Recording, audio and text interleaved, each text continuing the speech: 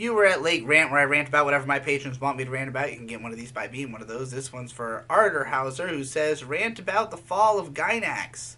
GAINAX, while technically still being an active studio and according to Wikipedia has 18 employees, hasn't been working on anything since 2015, while all the projects they announced that they would be working on, Gunbuster 3 and the Royal Space Force sequel, are now being produced by Studio Gaina, which as of 2015 is completely independent. Seems like Gainax Spirit is being carried on by Gaina, Kara, and of course Trigger, while the actual Gainax is pretty much dead. Yeah, that's the impression I get too. I mean, it's not really that strange when you think about it, because like anime studios do tend to break off from one another. It tends to be that there is, this is how it was even explained to me by a producer, because at the panel with the producer for Do Da Da Da at Otakon one year, I asked about why it was that they had split off and created a new studio in order to like was this specifically to continue Do Da Da Da, and was there any chance they would do Bakano as well?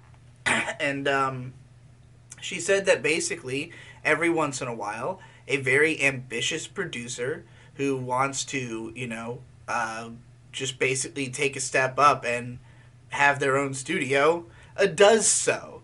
It's like if you're working for a animation studio and you're like one of their lead producers, I guess, but like there's nowhere you can go up from where you are. Like you can't become the head of the studio because there's only one of them. So it's like, how do I advance past this position? I guess I have to go strike out on my own, make my own studio, and then I get to approve my own productions and lead my own studio culture that I want.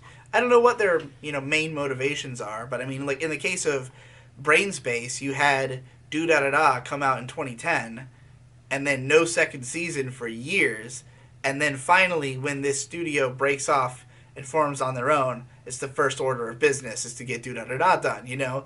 So I think it often has to do with just somebody reaching the point where they are big enough that they could match they're big enough in talent that they can match the current heads of the studio, so they might as well make their own.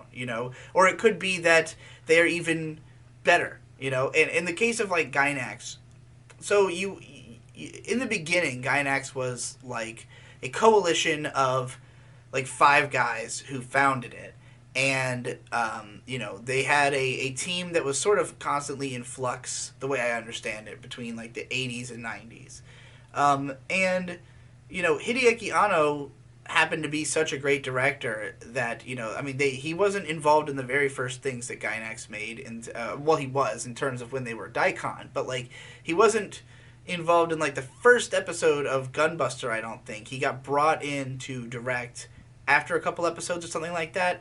And Anno's style is just so like particular that obviously all these early Gainax shows that he happened to direct were going to stand out and be remembered and be like, oh, this is identified as like what Gainax is.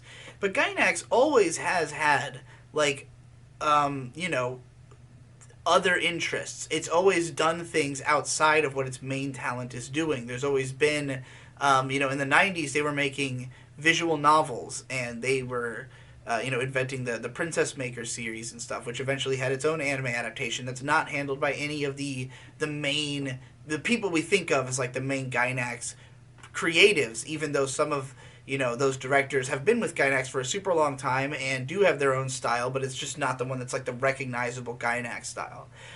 At Trigger's panel at the most recent Otakon, I had asked if Imaishi was the one who like created the cult, like if they deliberately tried to bring people in who like reflected his style, or if like they trained people to do things that way. And they basically said that there is no set style at Trigger. They have not like decided to try and like carry on the Gainax spirit per se. It's just that when Imaishi directs a show, that's the way the show is going to be. He's the same person who was directing those shows at Gainax. He's directing them at Trigger. And if you look at Trigger's other work that's not made by Imaishi, it's not quite the same. So, like, I think it's fair to consider that Imaishi just thought, like, I could, make my own studio, train my own people, have, approve of my own shows, what I think is good or whatever, and but like it wasn't about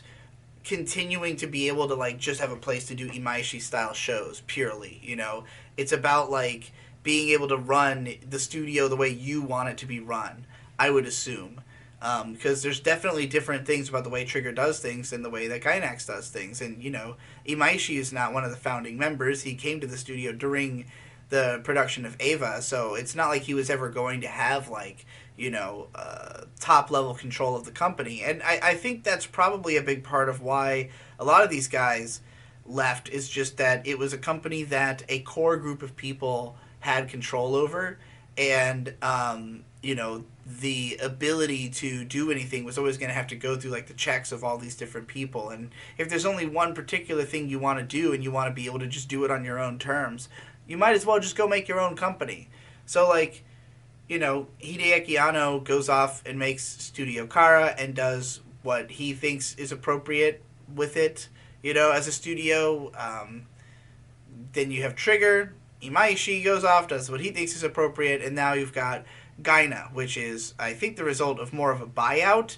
But I do believe that it took like one of the core founding members away, and like other ones are still left at Gainax. I mean, apparently there's only 18 employees. I don't know if they're really doing anything. Are they just living off of like whatever residual royalties Gainax collects based on its properties that is not collected by anybody else? I have no idea.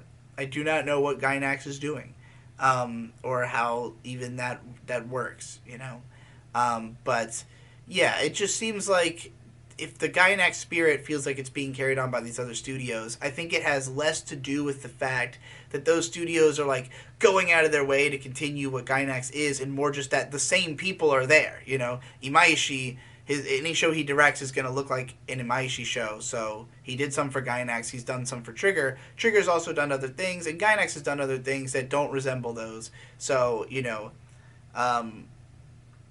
I guess the Gainax spirit will live on as long as the people who worked for Gainax continue to make stuff that's in that same style. Or if, people who they trained, become their own figures, like, somebody like Yo Yoshinari, who now is also a director doing something that's obviously in the same spirit as Gainax and Trigger works. So, yeah, that's all for that.